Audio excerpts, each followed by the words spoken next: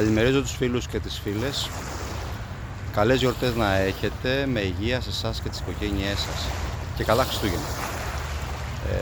Απόψε ήταν μια βραδιά απίστευτη, θα μείνει αξέχαστη.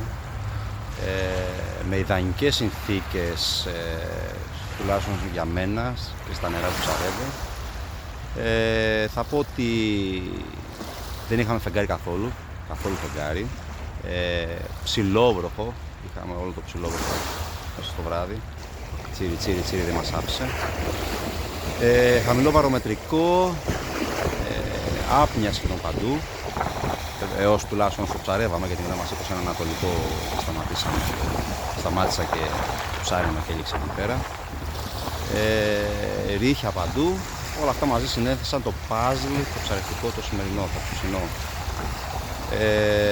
Θα πω ότι τα καλαμάρια χτυπήσαν στα μεσόνερα και ψηλά και λιγότερα καλαμάρια ήταν στον πάτο.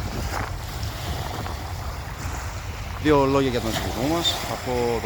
Θα πω ότι σήμερα είχα το Σεφιάνο, το Σιμάτσου, το παλιό, το προηγούμενο μοντέλο, διαχρονικό, all time classic.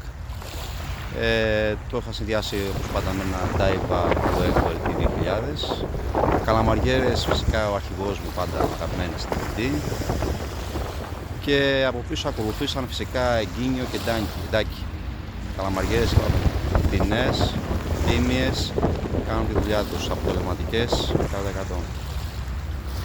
Καλά Χριστούγεννα να έχετε όλοι σας.